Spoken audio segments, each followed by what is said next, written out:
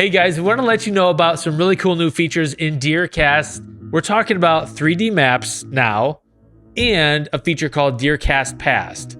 Yeah, and it just launched a couple days ago, and we're really excited about it because DeerCast Past, from the beginning of when we launched DeerCast back in 2018, it's probably been one of the number one feature requests. Is I wish there was a way to go back and see what the weather conditions were and the DeerCast prediction. I got a trail camera over shooter that I've been after for 2 years or 3 years or whatever the case may be. I would love to go back in time and see what the conditions were when he daylighted or when he strolled through my camera position. And now we finally have it. It's a really big deal for us in DeerCast. Yep. So if you have unlimited, you'll see that there's a little bit of a peak over here on the left-hand side of your DeerCast forecast cards. DeerCast Pass, tap it, and then you'll see a calendar. And so you can go all the way back to 2022. Yep. And you can select dates. So let's say that maybe I'm curious about what the hunting has looked like on the 2nd of November. And I can do this across multiple years. So let's to November 2023. Let's look at that Tuesday. And you can pick up to a total of 5 days. So I'm going to go back to last year here and then select November 2nd again. So up at the top, it shows you I've only got 3 dates. I can select up to 5 dates. So then I click compare, and it's going back through and it's pulling weather data and lunar data, sunrise, all that kind of stuff, all the data you're used to getting with DeerCast forecast.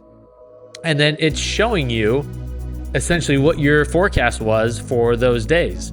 See November 2nd right here, and they're color coded. So this purple correlates to the 2022, blue 2023, and green 2024. But you can see, okay, great, good. And I can scroll down and then dive into that. I know you and I both like to look at the hourly. Yeah, that's the portion of it that I really like the most, because you could dive into hourly on barometric pressure, on precip, on, like you said, it'll tell you what the moon phase was for that day. Those are the details that I think, as you're trying to put together a plan to try to catch up with a shooter that you've been after, those are the things that tend to matter. And they're creatures of habit. Mark and Terry have said it year after year. They're killing them based on years past, typically. Data from years past and camera data from years past.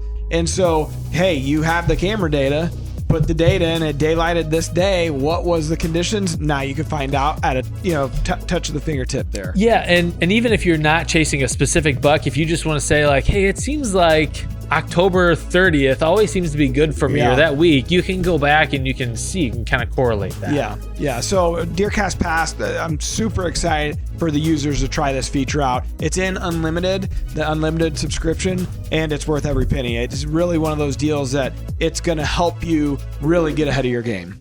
You just make that up? We should use that. We should. All right, then let's look at the next new map that we have. It's called Mapbox Satellite 3D, and it's in so you just select what map type you want, and you can move these around based on how you frequently use them. So I put Mapbox 3D up here at the top. So we don't have a whole lot of topography here in the Midwest, but if you go out west, check out some of the mountains. Pretty awesome. And I am heading out west here in a couple weeks. I'm looking forward to using and utilizing this new feature in DeerCast and really helping me kind of figure out how high we got to climb or how low we got to go. So yeah, it definitely gives you a sense for the terrain. And you say that about the Midwest, but there are times where you're wanting to dive into the little crevices and cracks of the rolling hills that we have here and really figure out, a lot of times that's where, a big mature buck might be traveling through. And it's nice to be able to go through that feature and topography and dive into it and see just how the lay of the land really is. 100%. Yeah. And we're looking at the Ozark Mountains, which is a pretty old mountain range. They're kind of worn down and stuff, but you can still get a sense, especially if you're chasing turkeys back in there in the springtime, get a sense for where those ridges are. So it's a really pretty view. As a little bonus, we threw in the street, a Mapbox 3D street. I don't know how people will use this, but we threw it in there. you can see buildings and how they pop. But yeah, it's just another bonus map layer in there for folks. We are fancy. And then another thing that people have been asking us for a long time is like, hey, what are the phases for my part of the country where I hunt? Like, I know on 13, you guys talk about the phases for Iowa and Illinois. Yeah, and it's all based on when the peak of the, estrus cycle is. And so in the Midwest, we pretty much have it pegged at November 14th. Yep. And you'll see that in the calendar. So you could show them where to go there on the main page to get to it. But it breaks down based on where your peak estrus date is set, which you can change. Like, it'll be preset for you based on your area, but you can go in and change that. If it say it's November 28th where you're at, and we have it at November 20th, you could change that date manually. And then once you do, it slides the whole basically phase calendar one way or the other. So what I've liked the most out of this new feature, it's great to see the phases, of course, and you can click on any one of them and there will be a video pop up from Mark and Terry that kind of takes you through the phase, takes you through what the deer are doing and how you could try to harvest the deer during that phase. But what I've really enjoyed is just quickly seeing when the full moon is in the moon phase part of the calendar and saying, oh, you know what? Okay, this 5 days leading up to the full moon is going to be dynamite, in the afternoons, and this 5 days preceding it in the morning time is going to be great. And it's kind of helping me plan out the fall right now. The planning aspect is huge because not only on the calendar will you see the lunar phases, we also have the phase breakdowns on there. And then we'll also give you a little note. So right now, November 14th is my peak estrus date for my location, for this location.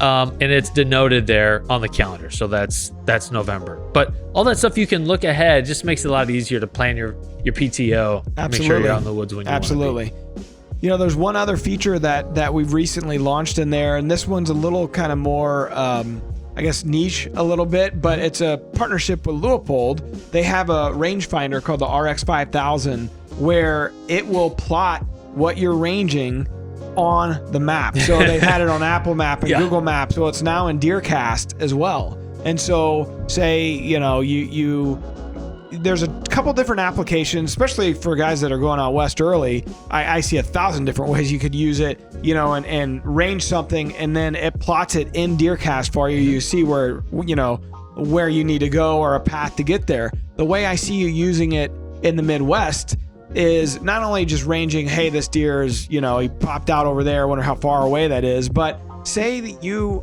shot a deer and you see him run into a certain area, you hit the rangefinder where he ran in, because this is a thing a lot of times when you get down out of your stand or out of your box blind and you actually go over to where you hit him and start blood trailing him, a lot of times things can look a lot different. It's a little disorienting. So from your stand or your box blind, if you know where the deer went in once you shot him, say he ran into the woods or ran out last time you saw him, hit it with the rangefinder and it'll plot that point into DeerCast, and then you got a reference point. Yep. That stays there permanently. So I like the different types of applications that we could use it for. Yep, and they look different on the map. So they're Leupold branded waypoints, so they stand out. There's no question as to what it is. And you can also share it with your other DeerCast using buddies. Yeah, so lots of cool new stuff happening in DeerCast. Of course, there's little improvements being made all the time, improving the algorithm, improving the map engine, everything, and the amount of layers and features that it has. It's better than it's ever been,